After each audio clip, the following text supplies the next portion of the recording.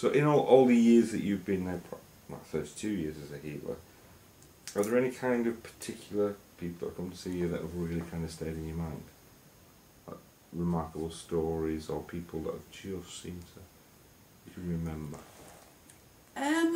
The ones that stay in my mind, well, I had one lady who turned up at my door at 9 o'clock at night, total stranger, and she said, I don't know what I'm doing here, I've given you a name a long time ago, but it turns out the story goes on that she's left a note, she's hell-bent on killing herself, and but how she got here, she'll never know. And I thought, oh my God, here we go, it's 9 o'clock at night, and where do I start with this woman? She's hell-bent on, she's going to kill herself before the night's out. So it's down to me to watch what I'm saying, say the right things, and try and give her a little bit of knowledge and everything else. And so I sat her down, I gave her a cup of tea, and it took several hours of counselling this woman, explaining all about the spiritual stuff and what would happen if she did take herself back over, explaining all that, you know, no fear tactics and all that. But and when I finally got to the end of it, she wanted to join her husband, and there was nothing left here for her. But I tried to explain to her about, well, somewhere in the future you're going to find yourself back here, because that was a lesson that you failed, and you'll have to resit the exam all over again, only 10 times harder. And she says, what do you mean? I says, well, when you kill yourself, when you take yourself out, you'll find that when you get back over there, you have full recall of what you've come here to do. So in other words, you failed your test. And it's really interesting because my experience, I had similar experiences where I had out-of-body experiences and was told stuff. Yeah. And when you're shown stuff retrospectively, you go, my amount of time actually here on this planet is a blink of an eye. Yes. And yes. where I am seems to be quite infinite. Yeah. And I look back and I go, oh my God, it is such a blip in time. I should have just stuck it out a bit longer. Exactly. And she was literally so close to what her goal was. So it's down to you what you say and how you explain it and everything else. And then finally she had the healing session. Now we're into 2 o'clock in the morning, and she's having her healing session, and then the higher self comes through. The most amazing spiritual experience she's ever had in her life. And the energy and the light that was in that room, it was just a privilege to be with her. And then the husband was brought, and she met the husband, and he explained to her about he was part of her test, and so on and so on. It was just incredible.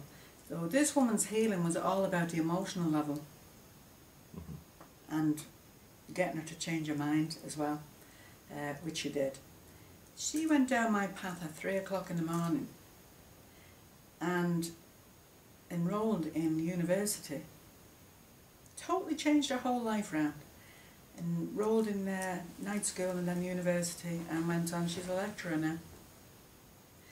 But I found out afterwards, we could hear this helicopter hovering around overhead for a good while. Before she's having a session. No, before a session, while we were yeah. talking, it was going on. And I found out after that was the police helicopter looking for her, because she'd left a note to say that she was going to kill herself, and they were out looking for her. She was either going to jump off a bridge or jump in a river or something. She ended up here. But that was her, yeah, and she doesn't know to this day how she got here. But that will always stick out in my mind, as is, I could be here forever. I've had a guy turn up on Christmas Eve. Again, it was 10 o'clock at night, it was Christmas Eve. I'm getting all ready for the grandkids, all the presents wrapped and everything. It was absolutely lashing out of the heavens. There's a knock on my front door, and I go and answer the door, and there's this guy stood there with his hat over his head, you know. And I stand back for a minute, you know, thinking, what? Who's this? And it was a guy I'd helped a year previous. He was literally like that woman, total rock bottom, hell-bent on killing himself, and it just totally turned his whole life around, and he was coming to say thank you. He had a present under his coat, gives me this present, and he just said, thank you, Ethel, because of you I wouldn't be here. And it's little things, it's things like that makes your job worthwhile. That's, money can't buy that. The feeling that you get that you've helped somebody. A multitude of things.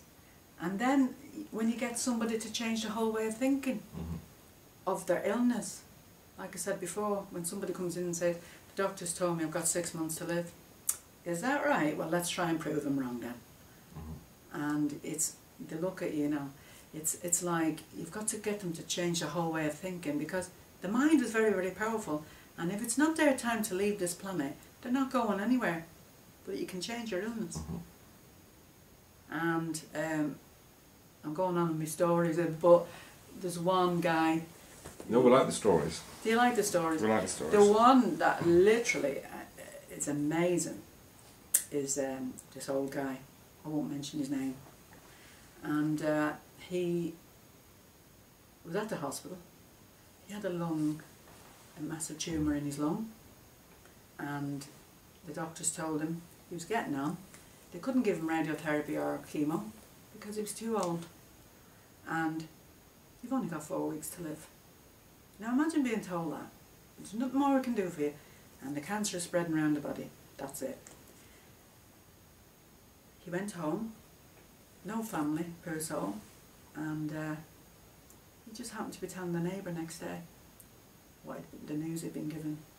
So she'd obviously been up here for healing, and she just said to him, now I don't know whether you believe in anything like this, she says, but there's nothing to lose now, have you? Why don't you go and try it?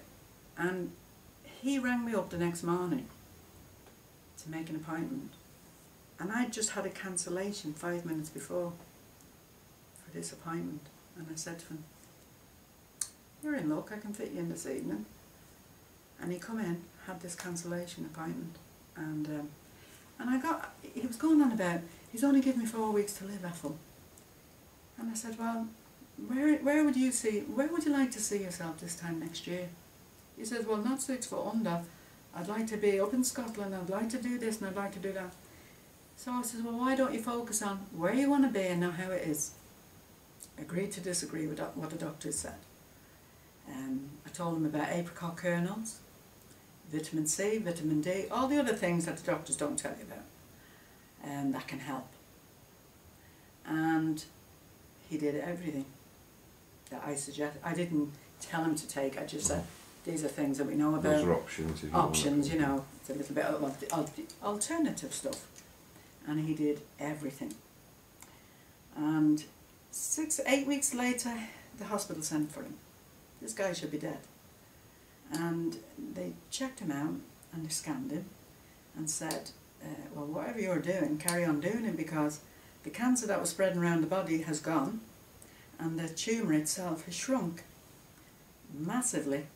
And that's all, by the way, on files and everything.